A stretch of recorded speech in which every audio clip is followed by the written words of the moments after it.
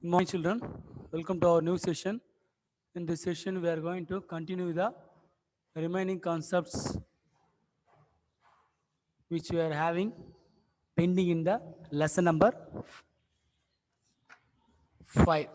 Sorry, lesson number 4.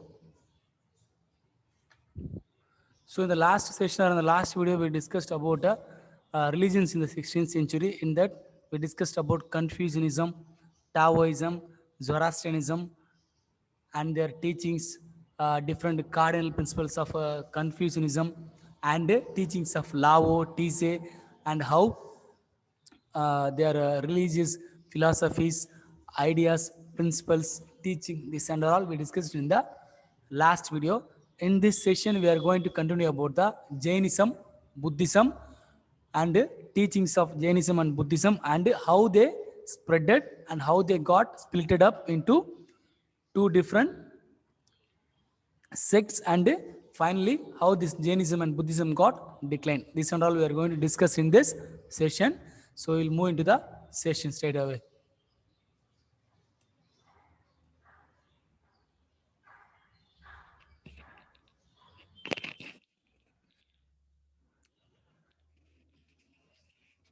So in the Gangetic Plain in the northern India, for ploughing and doing agricultural activities, bullocks are used.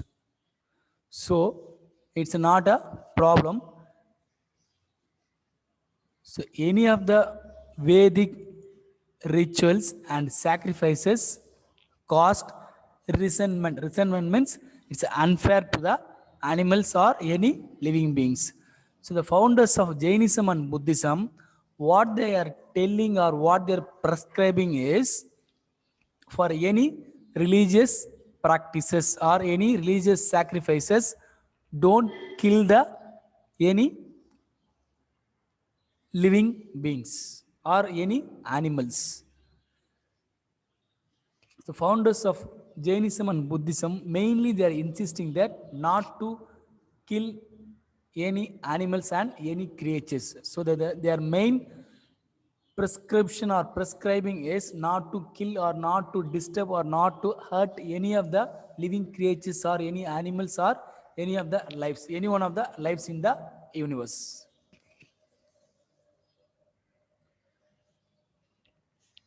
So the Buddhist and Jain monks and others, they secured their life.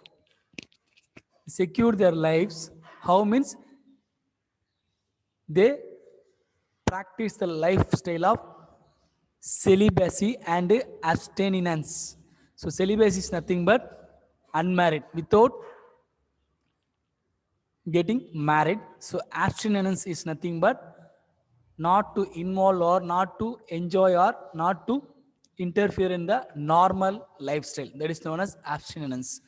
So then the Buddhist preachers, Buddhist followers, Buddhist founders எல்லாமே பார்த்தீங்கன்னா அவங்க வந்து பார்த்தீங்கன்னா they don't get married and they don't involve in the normal lifestyle. So இப்போ நம்மளாம் எப்படி நார்மலாக marriage பண்ணிக்கிறாங்க, அது மட்டும் இல்லாமல் சில பேர் பார்த்தீங்கன்னா லைஃப்பை ஃபுல்லாக நல்லா என்ஜாய் பண்ணுவாங்க, டிஃப்ரெண்ட்டாக விளையாடுவாங்க, சினிமா போவாங்க, எல்லாமே பண்ணுவாங்க. But when it comes to the Buddhist and Jain founders and their followers and their preachers, they never get married and also they follow or never involve in any entertainment and any normal lifestyle. That's how they secure their life, and also they give their donation and contributions to the poor peoples. That's how they secured and they followed their life. That is known as. So what they are insisting is the Jain founders and Buddhist founders.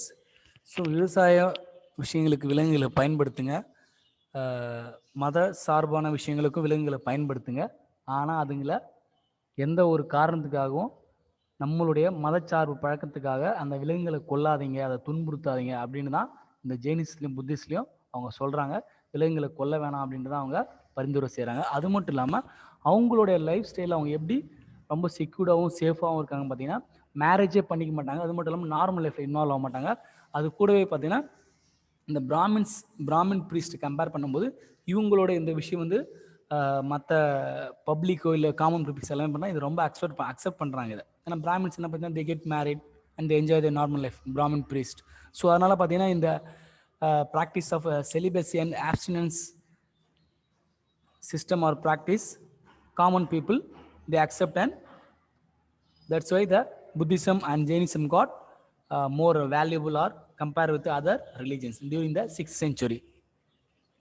So Mahavira and Buddha lived their life purity and simplicity and self denial. That means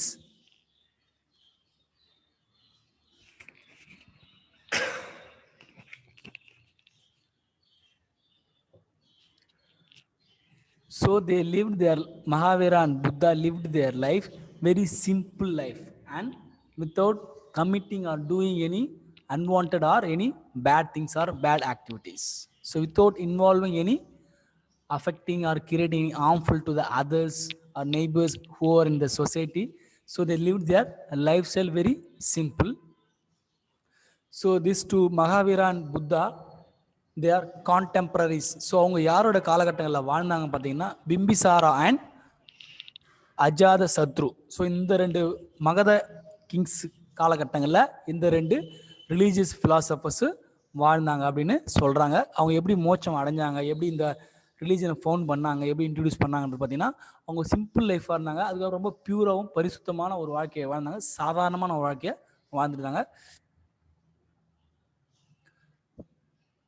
so அதனால் அவங்க ஈஸியாக வந்து spread Jainism புத்திஸ்ட்டை ஈஸியாக spread பண்ணாங்க 6th century காலகட்டங்களில். So இந்த later stages it got splitted and it get declined due to there is no one is to adopt or patronize the Buddhism and Jainism after the Magadhan rulers and Magadhan emperors. So next என்ன பார்த்தீங்கன்னா இப்போ நம்ம இதுவரையும் பார்த்தது ஜெயினிசம்னா என்ன, Jainism என்ன சொல்ல வராங்க, அவங்க யாரோட காலகட்டங்களில் அந்த ரிலீஜன் அந்த ஃபிலாசபி ஸ்ப்ரெட் ஆச்சு அப்படின்னு பார்த்தோம். அது மட்டும் இல்லாமல் இப்போ அடுத்து நம்ம என்ன பார்க்க போகிறோம்னா ஸ்பெசிஃபிக்காக ஜெயினிசம்னா என்ன, அவங்களுடைய பிரின்சிபல்ஸ் என்ன, அவங்களோட ஐடென்டிட்டிஸ் என்னதான் பார்க்க போகிறோம். அதுக்கடுத்து பார்த்தீங்கன்னா புத்திசம் பார்ப்போம். First Jainism. So Jainism founded by Mahavira who was born in 599 BC at Kundagrama near Vaishali. So இந்த ரீஜனில் மகாவீரான்றவர் பிறக்கிறாரு 599 பிசியில் பிறக்கிறாரு. So his mother was Trishala, she is a princess of Licchavi, and Mahavira was married to a girl who is known as Yashoda, and they had a couple. That couple had a daughter. So after the getting marriage, Mahavira he had a marriage life and he had a one daughter. So after or at the age of 30 he left everything. So he left everything and started following the ascetic life. So over 12 years he was wandering, moving from place to place, not permanently settling anywhere. So he left his family and started wandering and moving place to place, wherever he wants he resides and settles. So in the 13th year of his asceticism, so அவரோட 13வது வருஷத்துல அவரு அந்த knowledge அவருக்கு கிடைக்குது. So highest knowledge அவருக்கு கிடைக்குது என்னன்னு பார்த்தீங்கன்னா ஜெயினா. ஸோ ஜெயினான்னு என்ன பார்த்தீங்கன்னா கான்கொரர். ஜெயினா மீன்ஸ் கான்கொரர்.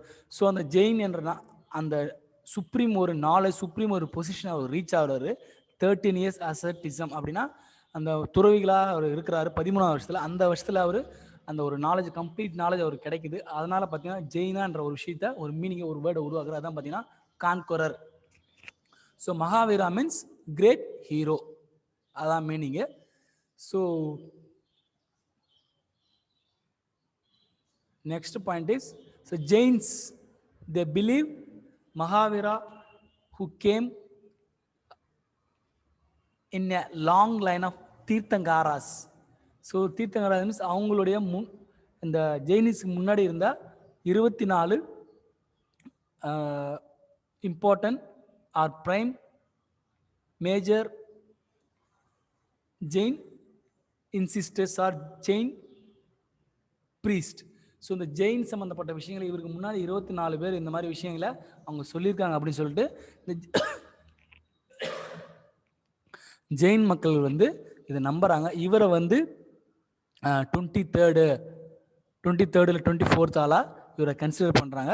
ஸோ இதோட ஜெயினிசம் எப்படி வந்துச்சு, எப்படி மகாவீர் அதை கொண்டு வந்தார், எந்த வயசு, அவருடைய லைஃப் என்ன, அவருடைய ஏஜ் எப்படி அவர் கன்வெர்ட் ஆனதை நம்ம பார்த்துட்டு இருந்தோம். ஸோ நெக்ஸ்ட் நம்ம என்ன பார்க்க போகிறோம்னா மகாவீராவோட டீச்சிங்ஸ். அப்படின்னா ஜெயினிசம் என்ன பண்ணுறாங்க, என்னெல்லாம் பண்ணலாம், அவங்களோட முக்கியமான ஐடென்டிட்டிஸ் என்ன, முக்கிய பிரின்சிபல்ஸ் என்ன அப்படின்னு தான் பார்க்க போகிறோம். So try Ratna's. So try Ratna means 3 important jewels. That is known as try Ratna's. First one is right faith, second one is right knowledge, third one is right action.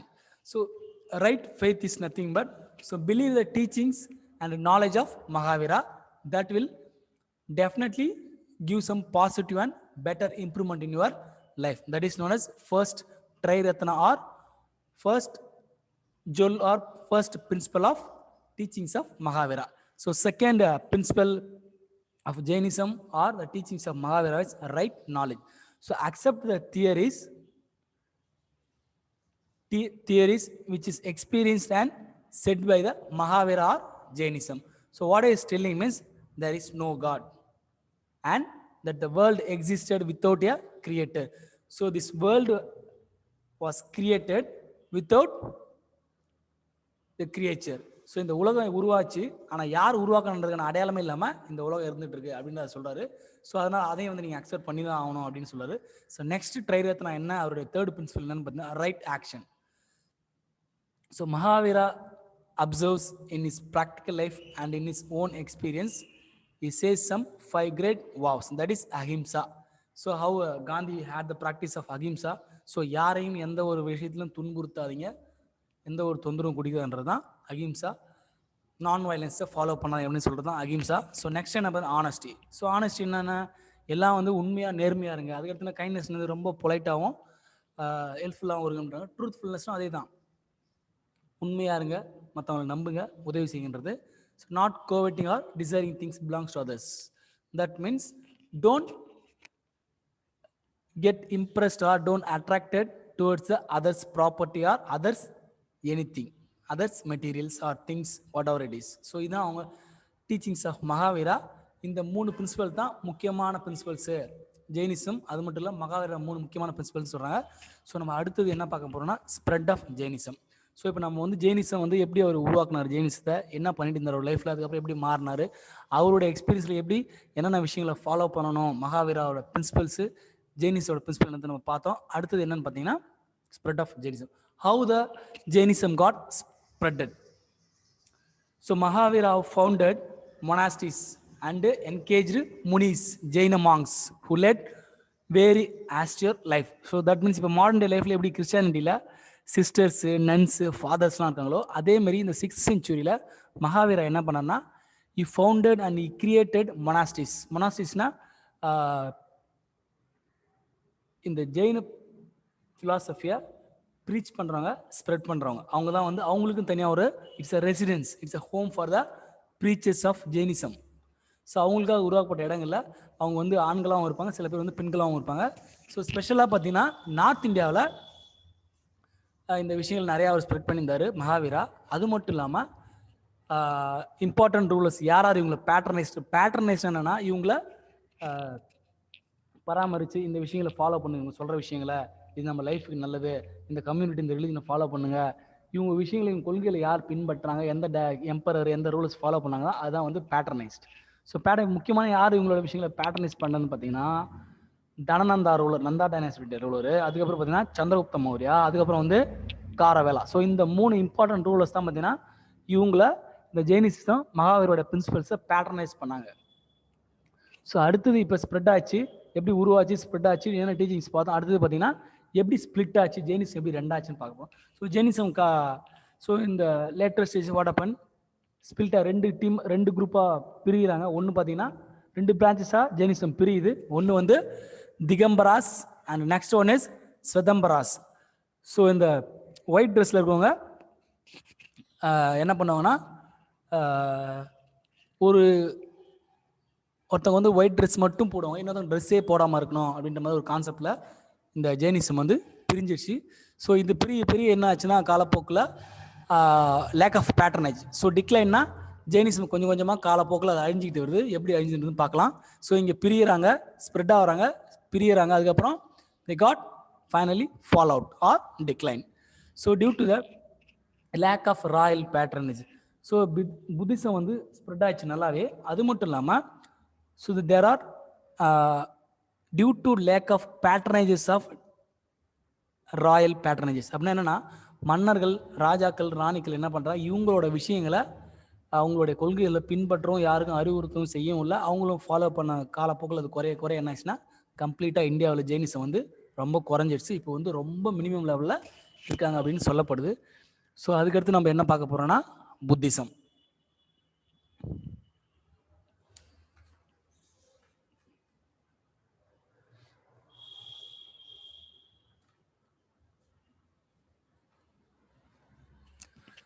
So புத்திசமில் என்ன பார்த்தீங்கன்னா எப்படி வந்து நம்ம இப்போ ஜெயினிசமில் வந்து மகாவீர் எப்படி வந்தாலும் அதே மாதிரிங்க கௌதம் புத்தா கேம். கௌதம் புத்தா அவருடைய ஒரிஜினல் நேம் என்ன பார்த்தீங்கன்னா சித்தார்த்தா. அவங்க அப்பா பேர் வந்து சுதாதனா.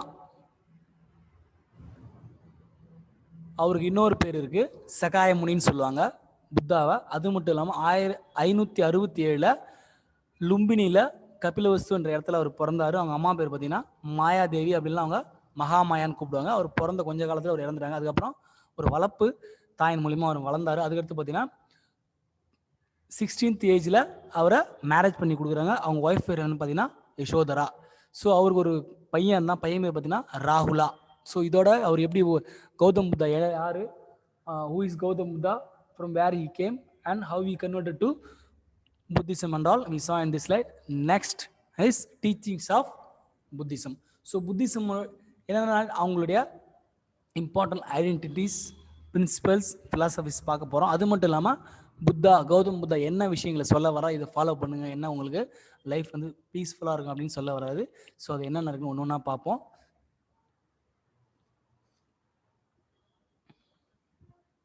ஃபர்ஸ்ட் ஒன் பார்த்தீங்கன்னா 4 கிரேட் ட்ரூத்ஸ். ஸோ 4 உண்மைகளை சொல்கிறாரு. அது என்னென்ன பார்த்தீங்கன்னா நம்ம ஹியூமன்ஸ் சஃபர் ஆகிறதுக்கு மெயின் காரணம் என்ன பார்த்தீங்கன்னா ஏதோ ஒரு விஷயத்தை பற்றி ஆசைப்படுறது. So don't desire or don't love to look for anything. So இது வேணும் அது வேணும் எதிர்பார்க்காதீங்க. அப்படி நீங்கள் ஆசைப்பட்டீங்கன்னா அது கிடைக்காம போச்சு நீங்கள் சஃபர் ஆவீங்க அப்படின்னு சொல்கிறாரு. அதுதான் அவருடைய ஃபர்ஸ்ட் ட்ரூத்து. 4வது ட்ரூத் என்னென்னு பார்த்தீங்கன்னா ஸோ இப்போ அந்த சாரோ அந்த பெயின்ன்ற விஷயத்தை ரிமூவ் பண்ணணும் அப்படின்றீங்கன்னா நீங்கள் ஆசைப்படுறதை விட்டுடுங்க. அது விட்டுட்டாலும் ஆட்டோமேட்டிக்காக உங்களுக்கு எந்த கஷ்டமும் வராது அப்படின்னு சொல்கிறாரு. ஸோ 4th என்ன பார்த்தீங்கன்னா ஸோ டிசிப்ளின்டு லைஃப்பை இஃப் யூ ஃபாலோ பண்ணிங்கன்னா உங்களுக்கு எந்த ஒரு கஷ்டமோ எந்த ஒரு கவலைகளும் வராது அப்படின்னு அந்த 4 கிரேட் ட்ரூத்தில் அதுவும் ஒன்று சொல்கிறாரு. அது மட்டும் இல்லாமல் அதை தொடர்ந்து இன்னும் 8 நோபல் ஃபோல்டு பேத் இருக்குது, அதை ஃபாலோ பண்ணாலும் இந்த கீழே கடைசியில் கொடுத்துருவாங்க பாருங்கள், இதை ஃபாலோ பண்ணாலும் நம்ம லைஃப்பில் ஹியூமன் லைஃப்பில் எந்த ஒரு துன்பங்களும் வராது, கஷ்டமும் வராது ஹியூமன் லைஃப் அப்படின்னு சொல்கிறாரு. ஸோ நெக்ஸ்ட் என்னன்னு பார்த்தீங்கன்னா அவருடைய important teachings attainment of nirvana. So nirvana is nothing but reaching to the peak or height of the happiness or highest level of happiness, that is known as attainment of nirvana. So that can be achieved by following or attained by following the noble 8-fold path principles. So இந்த 8 கொள்கைகளை நீங்கள் follow பண்ணால் நீங்கள் மோட்சம் அடையலாம், உங்கள் life சந்தோஷமாக இருக்கும் அப்படின்னு சொல்கிறாரு. அது என்னென்னு பார்த்தீங்கன்னா ரைட் வியூஸ், நல்ல விஷயங்களை பார்க்கணும், ரைட் ஆஸ்பிரேஷன்ஸ், நல்லதை நினைக்கணும், நல்லதையே பேசணும், நல்ல செயல்படணும், நல்ல விஷயங்களை வாழணும், ரைட் எஃபர்ட், நல்ல எஃபர்ட் இருக்கணும், பாசிட்டிவ் எஃபர்ட் இருக்கணும், நல்லதாக மைண்ட் விஷயங்கள் நல்ல விஷயங்களை யோசிக்கணும்.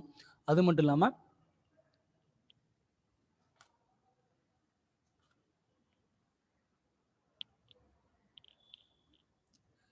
ஸோ நல்ல விஷயங்களை பார்க்கணும், நல்ல விஷயங்களை யோசிக்கணும், நல்ல விஷயங்கள் லாங் டைமுக்கு அதை செஞ்சிடணும். அதுதான் பார்த்தீங்கன்னா உங்கள் லைஃப்பை ஃபுல்லாக கம்ப்ளீட்டாக மாற்றும். ஃபார் எக்ஸாம்பிள் இப்போ மெடிடேஷன், யோகாலாம் ஒரு லாங் டைம் பண்ணிங்கன்னா கண்டிப்பாக உங்கள் ஹெல்த் வந்து நல்லாயிருக்கும். That is known as right contemplations.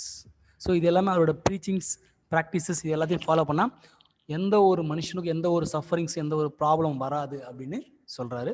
So next என்னன்றதை அடுத்தது பார்ப்போம். So spread of Buddhism. So எப்படி புத்திசம் உருவாச்சு, எப்படி புத்தா வந்தார், அதுக்கப்புறம் அவரோட இம்பார்ட்டன்ட் டீச்சிங்ஸ் பார்த்தோம். இப்போ அது எப்படி ஸ்ப்ரெட் ஆகுதுன்றதை பார்ப்போம். ஸோ புத்திஸ்ட் பார்த்தீங்கன்னா எப்படி ஜெயின் பண்ணாலும் அதே மாதிரி இவங்களுக்கும் தனியாக மாங்ஸ், பிக்ஷூஸ் தான் மாங்ஸ்ன்னு சொல்லுவாங்க. பிக்ஷுனிஸ் வந்து நன்ஸ்ன்னு சொல்லுவாங்க, அந்த விமன் ஃபாலோயர்ஸ்ன்னு சொல்லுவாங்க. ஸோ இவங்களை பார்த்தீங்கன்னா இவங்களாம் எப்படி இந்த விஷயங்கள் இந்த புத்திசத்துக்குள்ளே இறங்கிட்டு அவங்க பரிசுத்தமாக பியூரிட்டி ஆஃப் லைஃப்பையும் சிம்பிள் லைஃப்பையும் லீட் பண்ணாங்க. அதை வச்சு பார்த்தீங்கன்னா இது மக்கள் எல்லாமே அட்ராக்ட் பண்ணாங்க. அதனால் இது நிறைய இடங்களில் ஸ்ப்ரெட் ஆச்சு. ஸோ காலப்போக்கில் இந்த later stage what happen, Buddhism got splitted. How Jainism got splitted like that, Buddhism also splitted into Hinayana and மகாயனா. So Hinayana is nothing but a lesser vehicle. So மகாயனா is a greater vehicle. So இதில் என்ன சொல்கிறாங்கன்னா மகாயனாவில் கடவுளாக இவங்க வணங்க அந்த பழக்கத்தை கொண்டு வராங்க. அது வந்து ஒரு குரூப்பு. இன்னொரு குரூப் வந்து அவருடைய கொள்கைகளும் அவருடைய பிரின்சிபல்ஸும் ஐடியாஸ் மட்டும் ஃபாலோ பண்ணுங்க, அதுவே போதும் சொல்லிட்டு 2 குரூப்பாக போயிருக்காங்க. அதான் பார்த்தீங்கன்னா ஸ்பிளிட் இன் புத்திசம். ஸோ ஃபைனலாக என்னாச்சுன்னா ஸ்பிளிட் ஆயிடுச்சு. ஸோ அடுத்தது டிக்ளைன் தான் கண்டிப்பாக. So yes as I said earlier, decline of Buddhism. So Buddhism எப்படி டிக்ளைன் ஆச்சுன்னு பார்த்தீங்கன்னா, ஸோ இந்த காலப்போக்கில் ஃபஸ்ட்டு வந்து ஸ்டார்ட் பண்ணும்போது அவங்களோட ப்ரீச்சிங்ஸ் அவங்க சொன்ன விஷயங்கள் எல்லாமே லோக்கல் லாங்குவேஜ் பாலி லாங்குவேஜ்லாம் யூஸ் பண்ணாங்க. அதனால் ஈஸியாக லோக்கல் பீப்புள்ஸ் எல்லாமே அட்ராக்ட் ஆனாங்க. ஸோ இந்த latest stage what happen, their writings converted into அவங்களுடைய பிரின்சிபல்ஸ் ஐடியாஸ் எல்லாமே பார்த்தீங்கன்னா சான்ஸ்கிரிட் லாங்குவேஜ் ஃபாலோ பண்ண ஆரம்பிச்சாங்க. இதனால் பார்த்தீங்கன்னா மக்கள் அண்டர்ஸ்டாண்ட் பண்ணுறது ரொம்ப கஷ்டமாயிடுச்சு. ஸோ இதுவும் ஒரு காரணமாக தான் டிக்ளைன் ஆகுது புத்திசம். ஸோ அடுத்த ரீசன் என்ன பார்த்தீங்கன்னா 2 குரூப்பாக பிரிகிறாங்க, 2 செக்டாக பிரிகிறாங்க. ஒன்று பார்த்தீங்கன்னா ஹீனாயனா மகாயனா பிரிகிறாங்க. அதில் ஒருத்தவங்க வந்து இமேஜை ஒர்ஷிப் பண்ணணுன்றாங்க, இன்னொருத்தவங்க வந்து அவங்களுடைய கொள்கையில் ஃபாலோ பண்ணணும்னு சொல்கிறாங்க. ஸோ அப்படின்ற பட்சத்தில் என்ன ஆச்சுன்னா, so almost the Buddhism and Hinduism coming under same track. So that means they are following the same principles and same roots, same foot step. That's why Buddhism got decline இந்த later stages. So next என்ன பார்த்தீங்கன்னா அதேமாதிரி Royal patronage. So பெரிய பெரிய ராஜாக்கள், மன்னர்கள், kings and rulers they stopped adopting or patronizing or emphasizing or insisting the following of the Buddhism principles and ideologies. So அவங்க பெரிய பெரிய மன்னர்கள், ராஜாக்கள், பெரிய ஆளுங்க இந்த விஷயங்கள் யாரும் பின்பற்றாமல் விட்டதுனால காலப்போக்கில் அந்த புத்திசமும் குறையார டிக்ளைன் ஆகிடுச்சு. அடுத்து என்னன்னு பார்த்தீங்கன்னா invasion of Huns and Turks. So நம்ம இந்தியாவுக்குள்ள ட்ரைப்ஸ், ஹூன்ஸ், டர்க்ஸ்னு 2 வெளிநாட்டு ஃபாரினர்ஸ் என்ன பண்ணால் நம்ம நாடு ஆக்கிரமிப்பு பண்ணதுனால அவங்களும் என்ன பண்ணால் அவங்களும் நம்ம இந்த புத்திசம் ஜெயினிஸை அழிச்சிட்டாங்க. அதனால் பார்த்தீங்கன்னா டிக்ளைன் ஆயிடுச்சு. ஸோ அடுத்தது என்னன்னு பார்த்தீங்கன்னா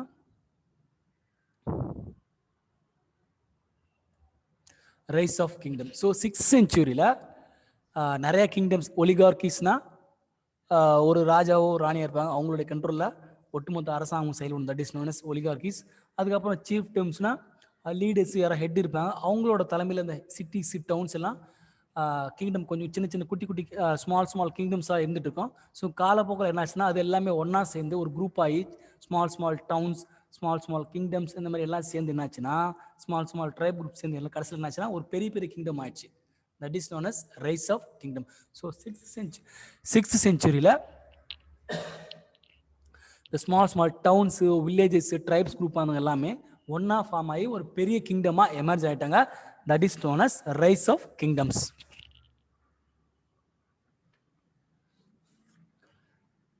ஸோ இந்த ரைஸ் ஆஃப் கிங்டம்ஸில் ஃபஸ்ட்டு வந்த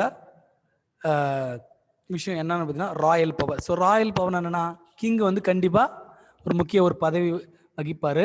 அவர் தான் சென்ட்ரல் அத்தாரிட்டி, அவர் கண்ட்ரோலில் இருக்கும். அவருக்கு அடுத்து பார்த்தீங்கன்னா நிறைய பேர் இருப்பாங்க.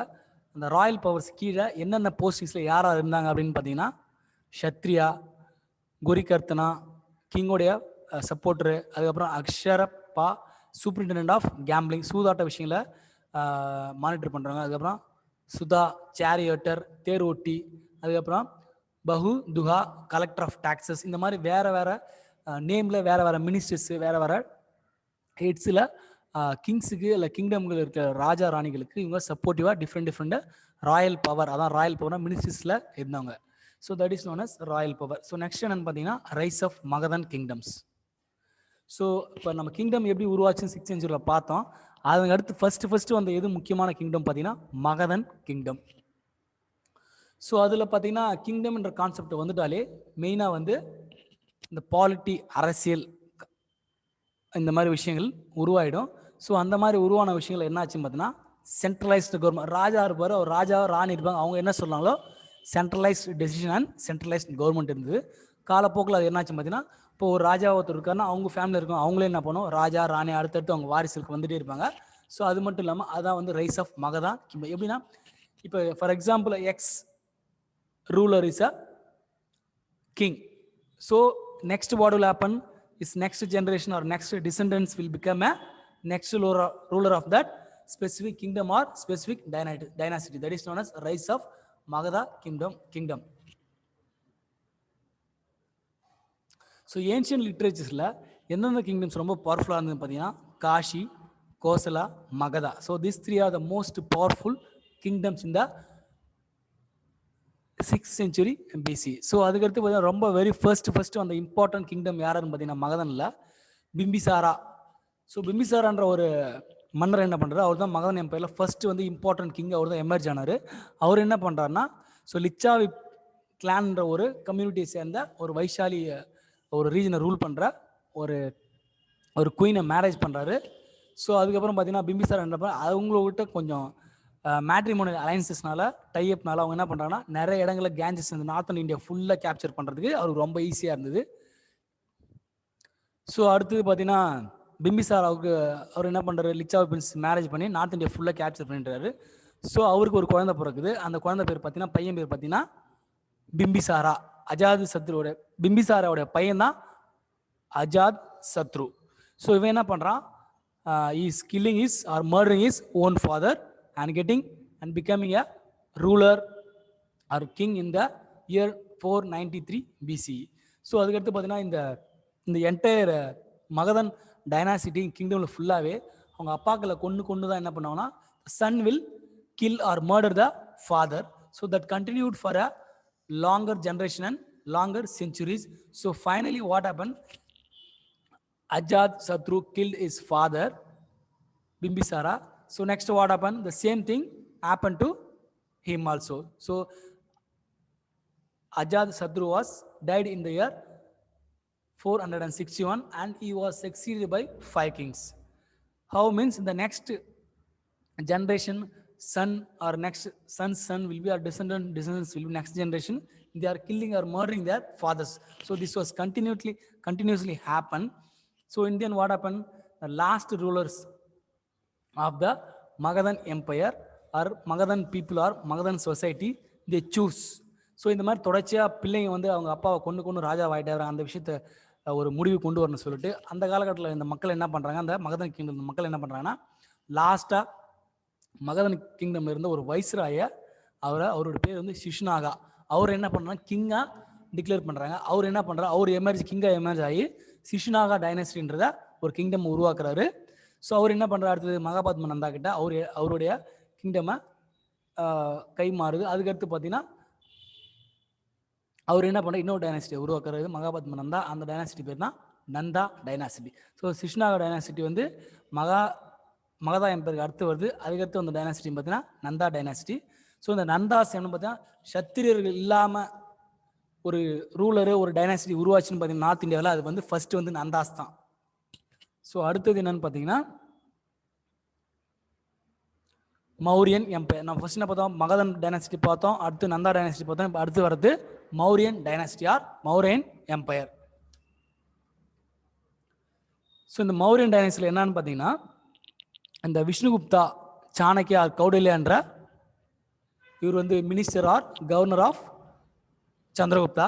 இவர் அனுப்பிச்சு இந்த நந்தா டைனாசிட்டி கிட்ட ஒரு போருக்கு அனுப்புறாரு இடம் பிடிக்கிறதுக்காக, அவங்க டெரிட்டரி எக்ஸ்டெண்ட் பண்ணுறாங்க. அந்த இடத்துல இந்த Vishnugupta or Chanakya or Kautilya was defeated and dethroned by Nanda rulers. So இது ஒரு பக்கம் நடந்துகிட்டே இருக்கும்போது சந்திரகுப்தா என்ன பண்ணுறாருன்னா மேசிடோனியாவிலேருந்து அலெக்சாண்டர் வராரு. அவர் நம்ம இந்தியா பக்கம் கேப்சர் பண்ண ஒரு சில இடங்களை பிடிச்சிட்டு வரும்போது என்ன ஆச்சுன்னா he demised. Actually he was died.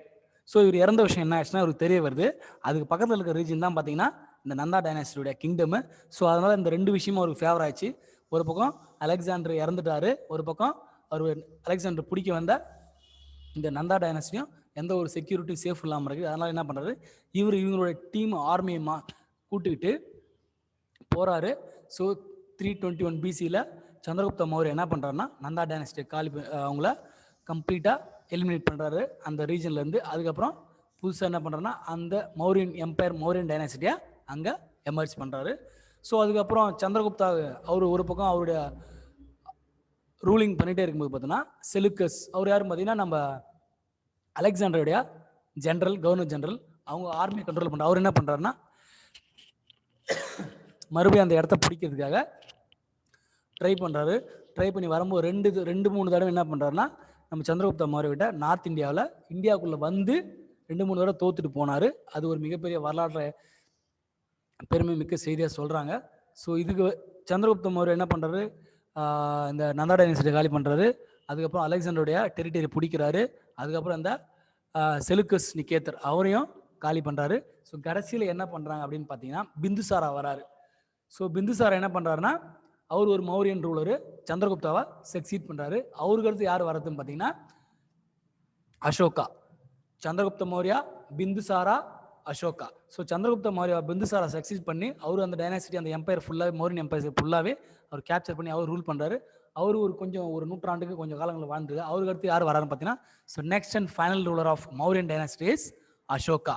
So he succeeded and battled with Kalinga or இந்த Kalinga region of Bindusara. So அந்த இடத்துல பார்த்தீங்கன்னா நிறைய போர் நடக்குது. அந்த போரில் பார்த்தீங்கன்னா நிறைய உயிரிழப்புகள், நிறைய விலங்குகள்லாம் இறந்து போகுது. ஸோ அந்த போர்லேயும் பார்த்தீங்கன்னா கடைசியில் இவர் டிஃபீட் பண்ணிடுறாரு. டிஃபீட் பண்ணதுக்கப்புறம் என்ன பண்ணுறாரு, அந்த போர்லாம் முடிஞ்சதுக்கப்புறம் அவர் is feeling very bad. So due to the lots of lifes lost, நிறைய உயிரிழப்புகளும் நிறைய விலங்குகள், இந்த குதிரைகள், யானைப்படைகள்லாம் அழிஞ்சதுனால இவர் மிகவும் மனசு உடைஞ்சு போய் என்ன பண்ணுறேன்னா இதுக்கப்புறம் இந்த போர், சண்டை, அந்த விஷயங்களில் நம்ம ஈடுபடக்கூடாதுன்னு சொல்லிட்டு கம்ப்ளீட்டாக என்ன பண்ணுறாரு, இவர் ஒரு புத்திஸ்ட் மாங்கை மீட் பண்ணிட்டு புத்திஸ்ட் கன்வெர்ட் ஆகிறாரு. ஸோ இவர் இந்த மாதிரி மாறின விஷயங்கள் எல்லாமே இந்த கலிங்கான்ற கல்வெட்டுக்களில், ஸோ அந்த கலிங்கான்ற கல்வெட்டுக்களில் இவரை பற்றின விஷயங்கள், இவர் எப்படி கான்கொஸ்ட் பண்ணார், எப்படி ஒரு போரில் சிறந்தவர், எப்படிலாம் அட்டாக் பண்ணவர், எந்த ஒரு கருணையும் இல்லாமல் இருந்தார். கடைசியில் கலிங்க கல்வெட்டில் என்ன சொல்லியிருக்குன்னா இவர் இந்த மாதிரி இருந்த ஒரு ஆள் கடைசியில் பீஸ்ஃபுல், சிம்பிளிசிட்டி, இந்த மாதிரி லைஃப் கன்வெர்ட் ஆன விஷயம் தான் அந்த கலிங்க எடிக்டில் சொல்லியிருக்கோம். ஸோ அடுத்தது என்ன பார்த்தீங்கன்னா